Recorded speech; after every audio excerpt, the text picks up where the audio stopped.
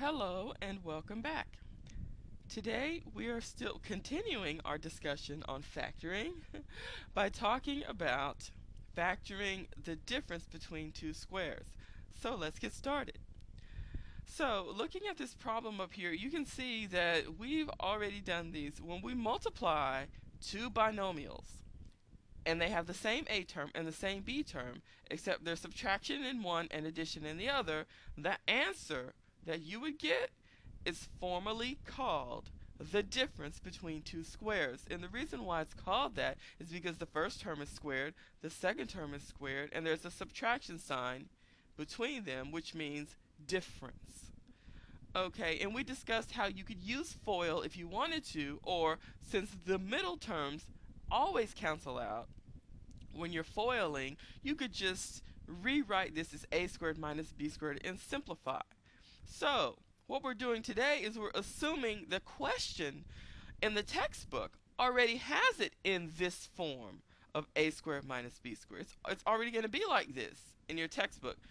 And you're going to have to say, what do I need to do now? Well, you know that these two binomials were multiplied and this is the answer. So when you see this and they say factor the difference between two squares, you're going to put it back in its original form. So let's start by looking at an example. Let's take 9y squared minus 25. And so you want to ask yourself, is the first term a perfect square? Yes. Is the second term a perfect square? Yes. The first term is 3y times 3y. It's 3y times itself. It's a square. And the second term is 5 times 5. Or it's actually a negative 5 times a positive 5 to get this sign.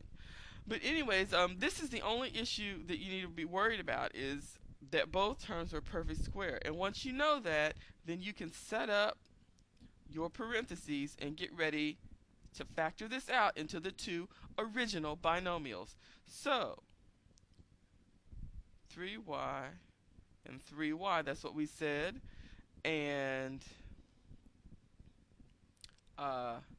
let's just do this without the negative or positive.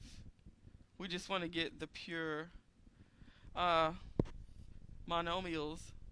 We're going to get our terms without worrying about the negative or positive. So you're going to have this inside of these parentheses.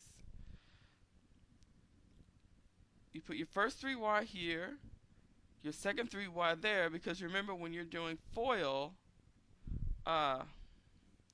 this first thing you do is multiply the first terms of each binomial. And that 3y times the 3y is how you get your 9y squared. And then there are only two spaces left, so this is where your 5's go. Okay, and you might be asking yourself, well, there has to be a sign in between these. Well, look at the previous problem up here. One of them is negative and one of them is positive. Okay, and since it's going to be the same answer, regardless, you can just put them wherever you want. As long as one binomial has 3y minus 5 and the other has 3y plus 5, it doesn't matter which order you put them in. And if you want to check this, you can always FOIL it, and what will happen is, I believe the middle terms are going to be negative 15y and positive 15y, which cancel out. So after you FOIL this thing right here, it'll just leave you with the original 9y squared minus 25. And this is your answer. Okay, so let's do one more. Okay, let's say that you were on an exam and the question says,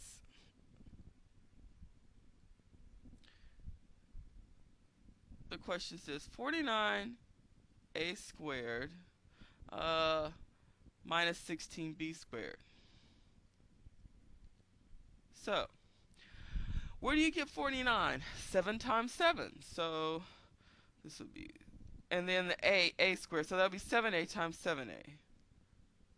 And where do you get your 16b squared? Well, 4 times 4 is 16. So that would be 4b times 4b. And these are going to be the terms inside of your binomials. So you can get started by putting the parentheses down there and getting ready to fill in the terms. We said 7 and 7, 7a times 7a, and when you FOIL this, it will be 49a squared, of course. And then the next ones we have are 4b and 4b.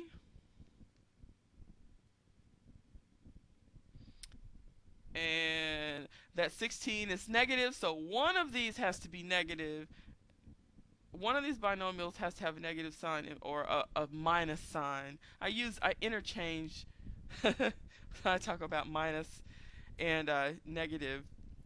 I interchange those terms, but by now you guys should know that. But one of them has to have the minus sign or the negative, and the other one has to have the positive sign. And as long as you have that, you're good to go. You have 7a minus 4b times 7a plus 4b, and you're done.